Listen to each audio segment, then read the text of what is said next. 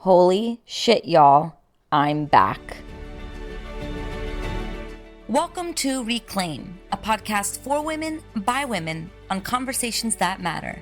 I am your host, Thais Sky, international speaker, teacher, and a certified life coach currently working to become a licensed psychotherapist in the state of California. Join me here every week as I offer thoughts and interviews on what it means to reclaim your humanness in this messy world. It has been 2 months since I released an episode on Reclaim. In my previous episodes, I've shared that I would be pulling away a little bit, and then before you know it, 2 months have gone by, and I just can't believe it. The end of the year, I feel like, is always just a blur, and that certainly has been true for me this past year, these past months, I should say, and now we are almost in 2020. Thank you, all of you, for all of your beautiful patience while I have been going through my own journey the past few months of figuring out what are my priorities and where do I want to be investing my time and my energy. And I just kept getting to this truth that I did not want to spend time doing my podcast. I didn't want to invest time in it. I didn't want to do it. I didn't want to be seeking people to interview. I just needed a break. And I felt a lot of guilt and a lot of shame around that desire. Of course, anyone who is, really committed to a project can, I'm sure, relate to the feeling of I love my podcast. I love all of the feedback I receive from you about how much this podcast has meant something to you. I love it, love it, love it. And at the same time, I just didn't want to do it. And burnout is real, even in things that we love. I think that there's this illusion that if you really love what you do, you don't experience burnout. But that's just not the case. As I've shared multiple times on this podcast, we are cyclical beings. We are not meant to operate under one system forever. By the way, not even a computer operates one system forever. Any computer that doesn't allow for updates becomes irrelevant in just a few months. Computers need frequent updates to be better, to thrive with the changes of the world. And we are not only not different in that we also need updates, but also radically different in that we also need breaks. While computers and robots can just keep going, and I know that in our capitalistic drive and systems, we believe that maybe if we become like robots, we will finally be happy. Guess what? We won't, because we're not robots and we need breaks. This is something that I instill in my women in my group program, Worthy Women Rise, every single week. We need rest. We need breaks. We need to honor the changing systems, the changing cycles. We need to remember that we are not robots. Okay, so I took some time off from the podcast. I feel really, really good, though, about my vision for the podcast in 2020. I've been sitting with what I want to do, and I think I have it. I think I've decided how I want to move this podcast forward in the new year, which you are going to find out in the new year. I'm not going to ruin a surprise. You're just going to have to stay tuned in the new year for how the podcast is going to be updated in my changing vision of what I want to do with this podcast, and hopefully you're all on board. But it's not 2020 yet. It's very much still 2019. We still have very much a few weeks left of 2019. Let us not write off these weeks. So much can happen within these weeks, and so much rest can happen within these weeks, and so much reflection can happen in these weeks. These precious weeks before the end of the year is such a beautiful opportunity to really settle into the energy of the year and decide what you want to bring forth and what you want to gently leave behind. And while a decision in and of itself is not enough to make those things happen, intention is the first step. And that's why every single year since 2017, I've created a year in review workbook. It's called Worthy Women Rise Year in Review. It's a free downloadable ebook, workbook that you can get at thaissky.com/review. It's over 60 pages of reflections, rituals, meditations, things that you can do, questions you can ask yourself, you can reflect on about what happened, what transpired in 2019. I know that it is tempting to start to think about 2020 and the new goals and the resolutions and the word of the year and all of those things. That may be really exciting to you. And like, I'm not going to lie, I think that there's something really tantalizing about the freshness of new year. However, if we truly want the new year to be different than this past year, we are going to have to do things differently. And how do we know what to do differently if we don't spend some time reflecting on the past? One of the most important things I have learned in my healing journey is the power of reflection. In fact, self-reflection offers us a way to dig beneath our own layers, to dig underneath the bullshit that we put out in the world, right? And explore the inner places inside of us. It's key to developing insight, and insight is key to change. You know, we don't learn from an experience just by going through an experience. We learn through reflecting on that experience and thinking about it and seeing how it affected us. We are so... we contain multitudes. We contain all sorts of excitement and ambivalence and non-excitement, and developing the capacity to reflect and be with our own stuff is a powerful way to create change in the future. So if you truly want to see your 2020 change, my invitation for you is to spend even just an hour, can be a lot of time reflecting on this past year. And I created this workbook every single year since 2017 in efforts to support you to do so. This is my gift to you at the end of the year, my way of saying thank you for being in my community, for being around in my life. I appreciate you. I love you. I'm just endlessly grateful for all of you who listen, who comment, who like, who share. All of you, you do not go unnoticed. I feel it in my bones every time I go online or I get an email from one of you saying thank you. I so appreciate it. And this is my way of saying thank you to your thank you. So again, you can go to ThaisSky.com. That's Thais, that's my first name, THAIS. Sky, S-K-Y, so there's two S's there, ThaisSky.com/review. Get that downloadable workbook and then make sure to share it. Share it with me on social media. Let me see you use it. Let me see you work it. Let me see the insights you get from it so I can celebrate you in this journey. You can find me on Instagram at I am Thais Sky. You can also go to the show notes. All of this will be in the show notes. Okay. So we have two guests, two interviews that I want to share with you before the end of the year. This week, I am sharing with you an interview that I did with Mariel Buquè. Let me read to you Mariel's bio. So my Dr. Mariel Buquè is an Afro-Latina. She has a PhD in counseling psychology from Columbia University.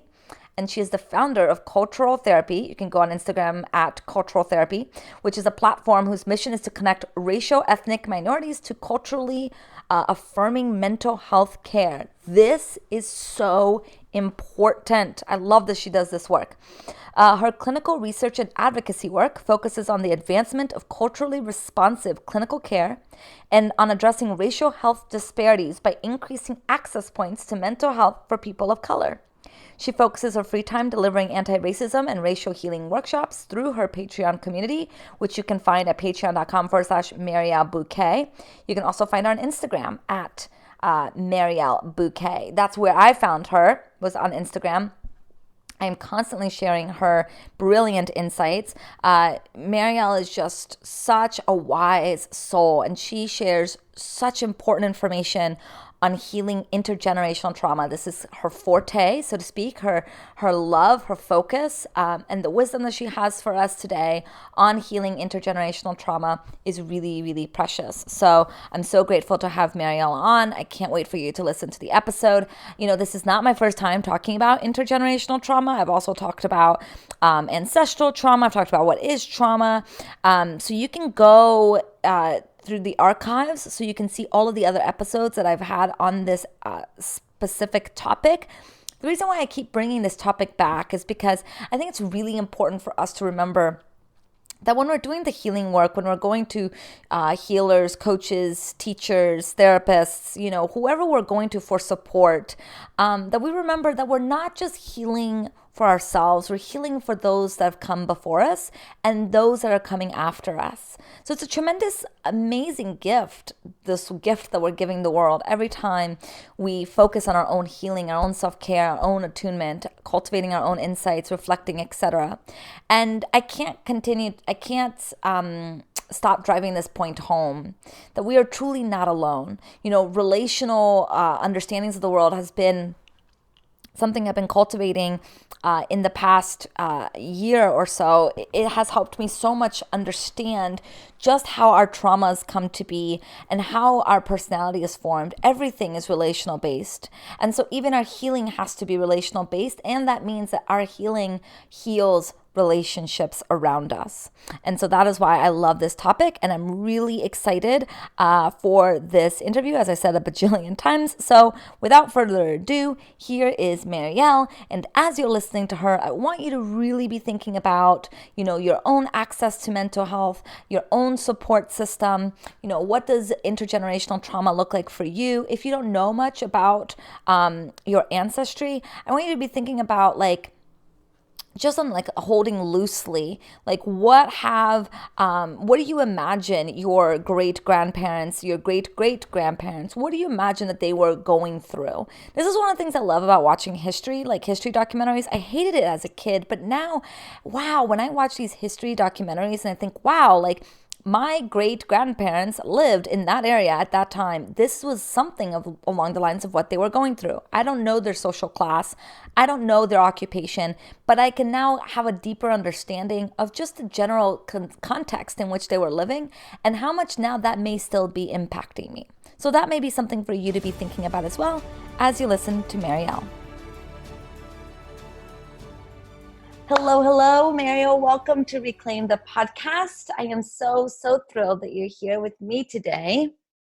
Hi, Thais. It's really great to be with you. Thank you for having me. Oh my gosh, I'm obsessed with your work on Instagram. I mean, that's where I usually find most people that I interview on the podcast, is because I'm on their feed and I'm like, oh my gosh, yes, this person is truly speaking to my heart. And I just love your words. I love your work. And I just so appreciate your presence in the world. Thank you. And likewise. And I appreciate the work that you do, particularly, through this podcast. I know that it's been really powerful, and you've had a lot of really important conversations, and also the work that you transmit through Instagram as well. So thank you for your work as well. Thank you. Okay, so for people who are not familiar with you and your work, will you share a little bit of your background? Yeah, absolutely. So my background is in counseling psychology, counseling psychology PhD. I recently graduated from Columbia University, and that's my, place of affiliation. But the work that I engaged in, both in my training and the work that I holistically engage in my educational spaces where I teach, and then also in any clinical capacity, has to do with the centering of individuals who are marginalized folks. And that's across the spectrum of cultural identities, and they have a even more specific focus in the affirmation of the humanity of individuals who identify as Black, Indigenous people of color. So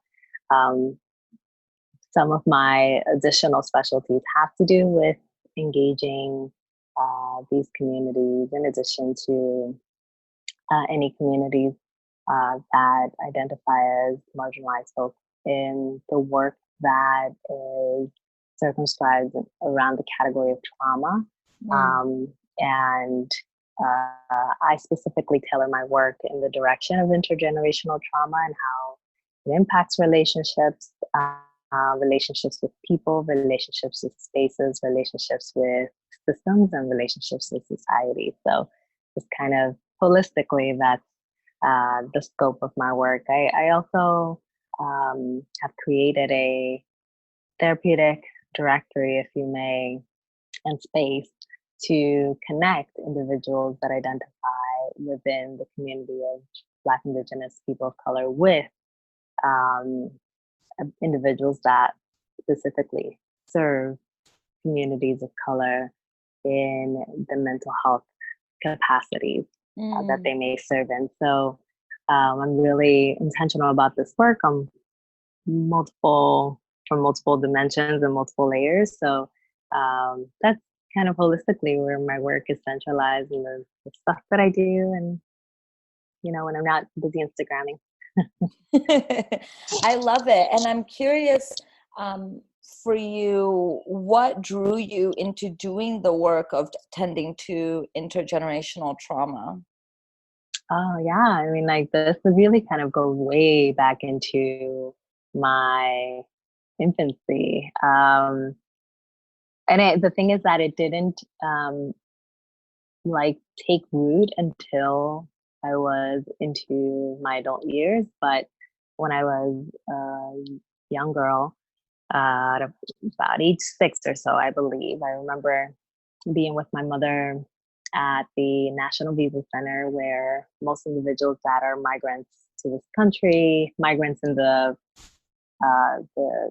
general kind of sense of the word that we use in modern day societies, and though we know that there's a lot of kind of historical roots to that term um, within our communities. But we migrated here from the Dominican Republic, Mm. and we spent a lot of time at the National Visa Center, several years of multiple visits. And I remember that those visits were always marked by either for my mother or for the individuals that surrounded us, people that were in the line with us, people that, we just kind of saw generally in the lobby or going into their sessions with a migrant officer or coming out of their sessions. Like there was always this pervasion of trauma and this experience of deepened sadness, fear, um, despair, shame, Mm. and a lot of experiences around emotion that were centralized around this traumatic experience and experience related to lack of access, to a nation that, we perceived to be welcoming to us. And so a lot of those experiences that were, there for about a span of maybe 10 years, because that's for as long as we visited the National Visa Center for, our own process. It meant that I, was exposed to a lot of these traumas vicariously, my communal traumas, the traumas of my expanded community, my migrant community, in addition to the ones that I saw from my mother, the despair and sadness of, maybe not being accepted in some way, or having the wrong information reflected in a form that was not written in her dominant language, and things like that that were that I consider now, as I see it and as I know it and as I've studied it, trauma. And Mhm. so I remember telling my mother when I was still very, very young, Mom, I really want to do something about this. And given the way that I grew up as a, pretty energetic child, and a child that had a lot to say, and I think we all thought that perhaps I was going to go the route of being like a lawyer, and potentially, a lawyer that, focused on migrant related concerns. But my heart really drew me into the field of psychology. And then eventually I found a merger between the experiences that I thought were incredibly important to focus on for the sake of my community, and the experiences of, just my professional, um, I guess, love, if you may, which is psychology. Mhm. So I really found a way to merge the two in a way that made the most sense to me. So that's kind of how I found myself into the place where I am right now. Mm. Thank you for sharing that. I would Yeah. love to hear a little bit about your thoughts on how you've seen intergenerational trauma really impact relationships. Yeah. It's something that happens in really subtle and pervasive ways. And that's one of the things that has impacted me the most about intergenerational trauma, that it's something that seeps into um, people's lived experiences in a way that is so almost kind of invisible. Mm, And the thing about that invisibility is that if we don't understand it and make it come to light, then we don't have an opportunity to heal it, which is why a lot of the information that I provide in my social media space is informational for several reasons, for ethical reasons, but also to tell people, listen, this is something that happened. Know about it. Familiarize yourself with the fact that intergenerational trauma is a real thing. Let's normalize it, and let's normalize the conversation around it so that then healing can take place. And you can assume your healing practices based on what works best for you. But intergenerational trauma really has its ways of manifesting in the emotional realm, in the behavioral realm, in the cognitive realm.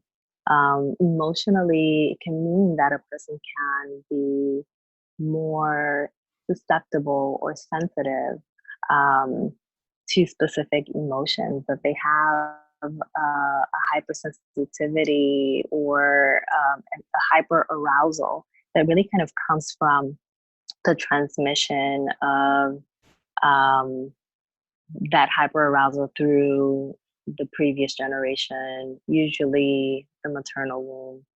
And I know epigenetics has been like at the forefront of really helping us really kind of explain our way through the ways that stress and trauma is transmitted through the generations in this way. And so it is the case that also for individuals that are not only experiencing traumatic wounds in their own generation, um, but also through the generations as they appear through the generations. Like that is something that is definitely one layer, one dimension of intergenerational trauma. Um, the other areas of intergenerational trauma have a little bit more of a foundation in more like social learning theory, if you may, in the sense that there is a bit more modeling or mirroring that tends to happen rather than it being situated in the biology of the person. It's more external. And it has to do with the ways in which people, grow up seeing the trauma modeled in their caregivers, their siblings, extended family, people within their extended community, and the ways in which trauma is engaged in and manifested. Just the same way as I mentioned, I saw it in my extended community whenever I went to National Visa Center, and I was able to see the different representations of trauma, the different ways that people kind of culturally represented the trauma, whether they, had extensive migraines, or if they, had kind of in the Latinx community, we have the culturally bound syndrome, which is represented now in the DSM of ataque de nervios. So it would be this very um, just I guess you can call it kind of like a hypersensitivity that was externalized and became like this, like cry out for help and a somaticized experience that was very visible to me growing up, and still in present day, because it's still a very, very prominent, kind of representation of distress in my Latinx community. And so that being like the kind of modeling that you would see on the behavioral or cognitive end, that would also be a representation of, okay, that's how stress is represented. And so I internalize that idea and I act accordingly, and it becomes a more unconscious process.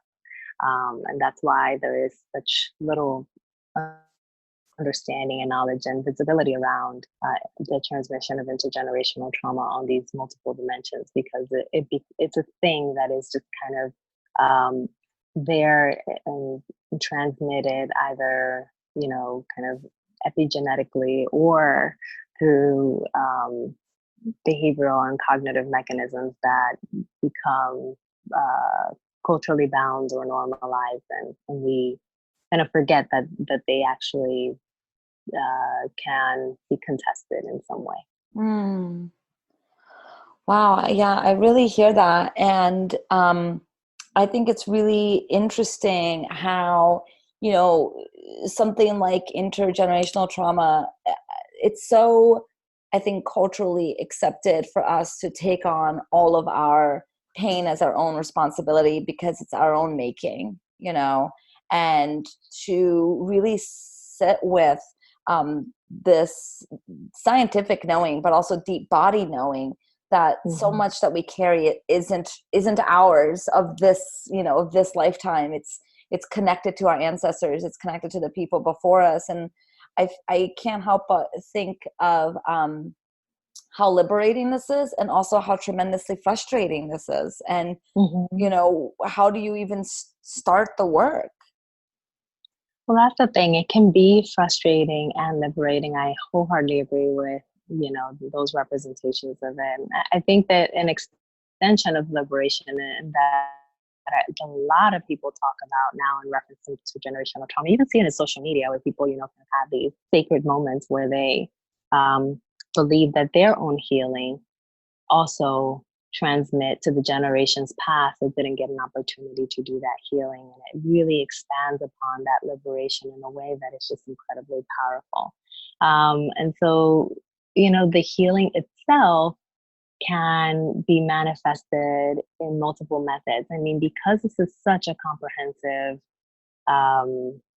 type of trauma that, like I mentioned, has so many different dimensions, it requires that people engage in multiple dimensions of their being in the process of engaging in trauma healing work, right? There are some people that are more adept to the more modernized, westernized ways of healing, including some of the ways that, we practice, because we do practice under these westernized frameworks, including therapy, coaching, a lot of these frameworks, unless we've done the work ourselves to disintegrate some of the general mechanisms of therapy and integrate within it indigenous practices to make it more kind of a holistic and culturally appropriate and culturally responsive type of work, then, it's likely that people are going to therapy or to, coaches, trauma coaches, or whoever they decide, to engage with it, and are doing the work, from a perspective that is more kind of general rather than tailored. So, but I do see that a lot of people are seeing that there is a difference and are deciding to seek out services that do have that cultural component. So if we are to say, like, what are the ways that, people can engage in trauma-based work that really focuses on the healing of multiple generations at once, then it would be the type of therapy or let's say like mental health related or coaching based work that really uses a collectivized method of indigenous practices within the work itself. So that is one area that people, kind of have focused on. There are other methods that take us away from that category of healing practices, including there being healing circles that don't necessarily need to be led by an individual that has a degree or some sort of a general, training in an area that is focused on healing based work. But people can actually, or have actually even created healing circles for themselves with people that they feel a sense of safety with. And this is something that, if we think about the history of healing circles, has been a part of the general existence and the spiritual existence of Black and Indigenous people of color for centuries upon centuries. And so we're just seeing healing circles um, as just something that it has always been there, but we're just kind of reframing it into the current cultural context. Mm-hmm. And so they've always been there, and they've always, either had elders or, just people who have been considered to be general healers within the community, or just people who collectivize to, heal each other's pain and, promote wellness within their communities. And so um, that is another, area where there's a facility of healing that, people can engage in. I always talk about, um, I call it a healing circle, although I don't think we properly named it this. But I do have a circle of sisters who I call them my sisters. They're former colleagues, individuals that I now consider, to be a part of my extended family, who we are all not in the field of psychology, but studied together in school in different departments, found each other, are all Black women, and we engage in a process on a monthly basis in which, although we're in different parts of the country, we engage in what basically is a healing circle, a version of it, and a Mm. process in which we explain to each other the ways that we, continue to experience the pain that is inflicted upon us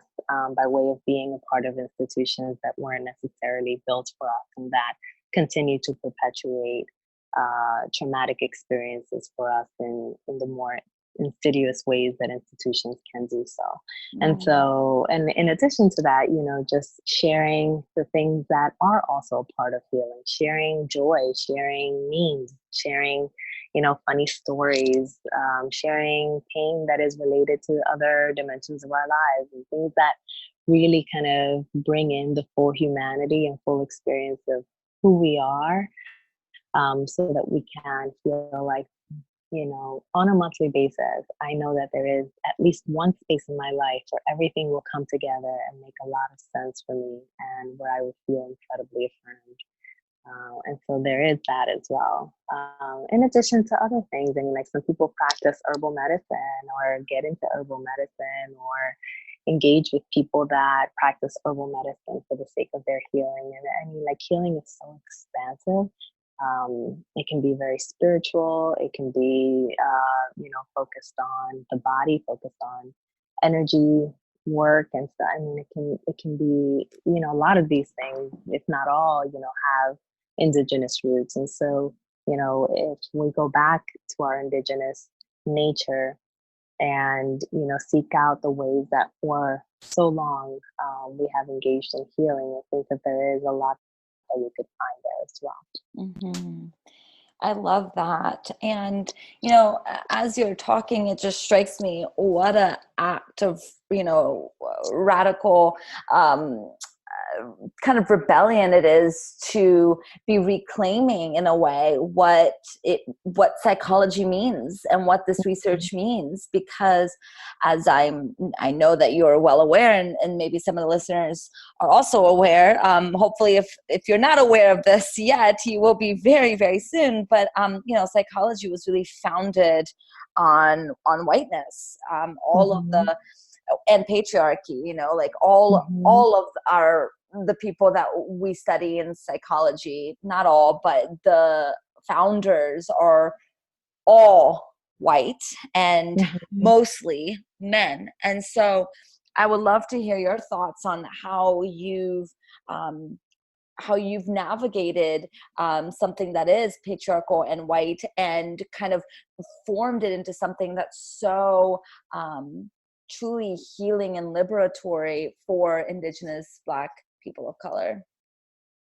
Yeah, I mean, it took really immersing myself in um, spaces where I was able to engage with people who came from similar backgrounds as me, and we were able to have candid conversations or candid either um, any kind of transactions that we were able to have that basically created some form of resistance against the the foundational ideas that we had to learn around therapy and therapeutic practices. In addition to that, I mean, I think that there is a whole community of Black, Indigenous people of color that are doing that work as well. So, on a more kind of global scale, there are people across the world, there are people within the United States that are doing this work, exclaiming and proclaiming that we need to abandon the traditional practice of therapy and invite practices that are much more um, attuned to the actual souls of Black, Indigenous people of color so that the healing can take place at that level.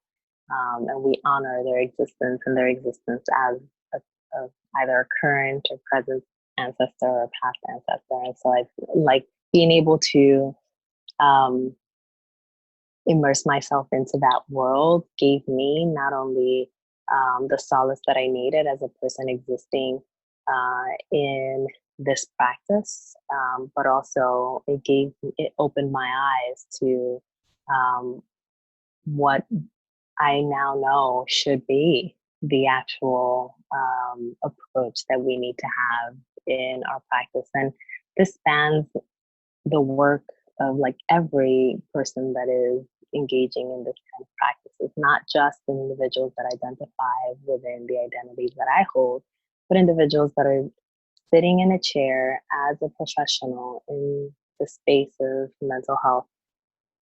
We all need to do the work to have a basically a decolonization um, of therapy within the global scale of like just how we see therapy and how we embark upon the therapeutic practices that we engage in, and also as it happens on a more micro level in our respective offices with each and every client that we engage in. So I really highly respect, the people that are out there just doing the work that, really focuses not just um, like on this, not just, in terms of like speaking about the work, but really actually doing the work from this perspective. I mean, there's a lot of people, probably too many to name. But for a fact, I don't know if Dr. Jennifer Mullen, who is she's under the oh goodness, the Instagram uh, tag of decolonizing therapy. Yes. And she does like incredible work that is unfiltered and it's just so comprehensive, as you probably obviously already know. But is so eye-opening and just transformational, and really speaks to the ways that we can properly engage in this practice, or for many of us really abandon it altogether if that's what it means, to actually decolonize therapy. Yeah, I think it's something that is so important for all of us to be considering when we are mental health professionals, but also recipients of mental health.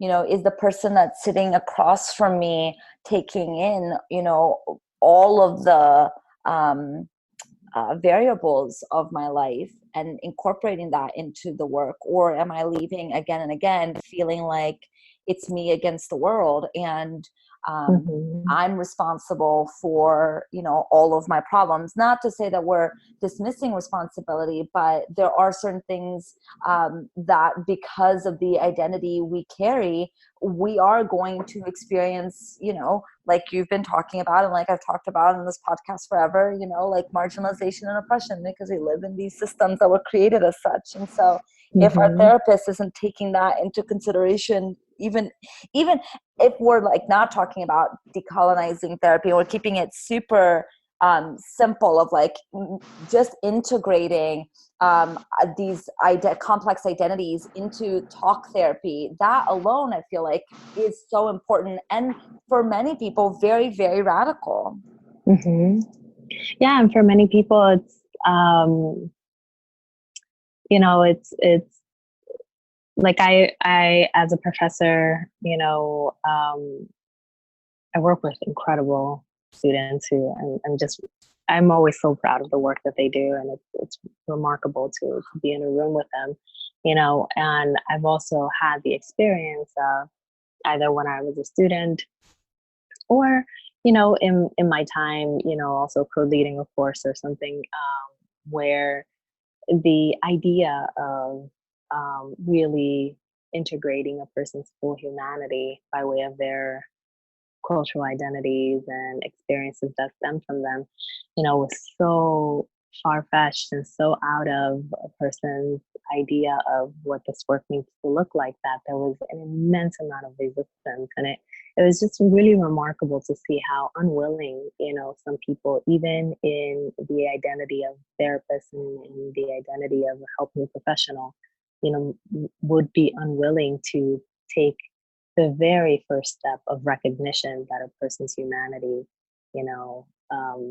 is being engaged in a way in which it's being simply re-traumatized in your presence, and so it was, something that was incredibly eye-opening to me and was further motivating, for me to do the type of work that I do now, and for it to also expand into the academic space so that I can continue to move forward that ideology of work into the next generation of psychotherapists. I love it. So any final thoughts, anything else that you want to make sure that you share before we wrap up?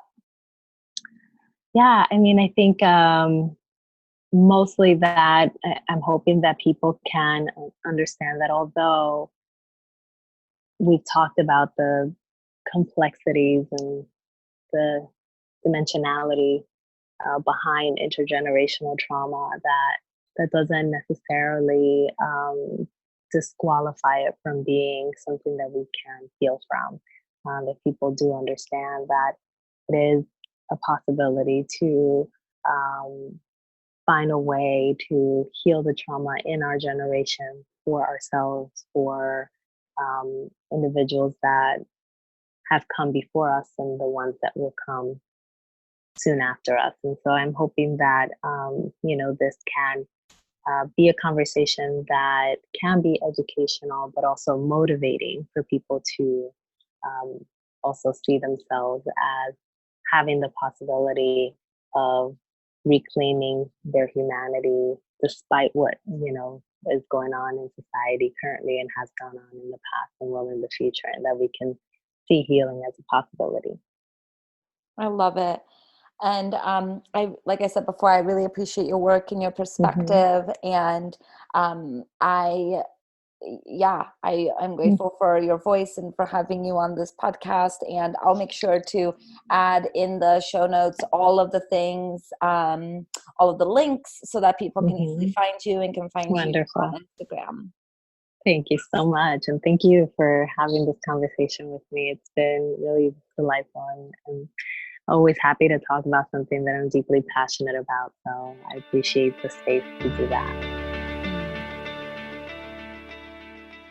Thank you for listening to Reclaim the Podcast. This podcast represents the opinions of Thais Sky and her guests to the show. The content of this podcast are for informational and educational purposes only and is not intended to be a substitute for professional psychological, psychiatric, or medical advice, diagnosis, or treatment. Always seek the advice of your physician or other qualified mental health provider with any questions you may have regarding a medical condition or mental disorder.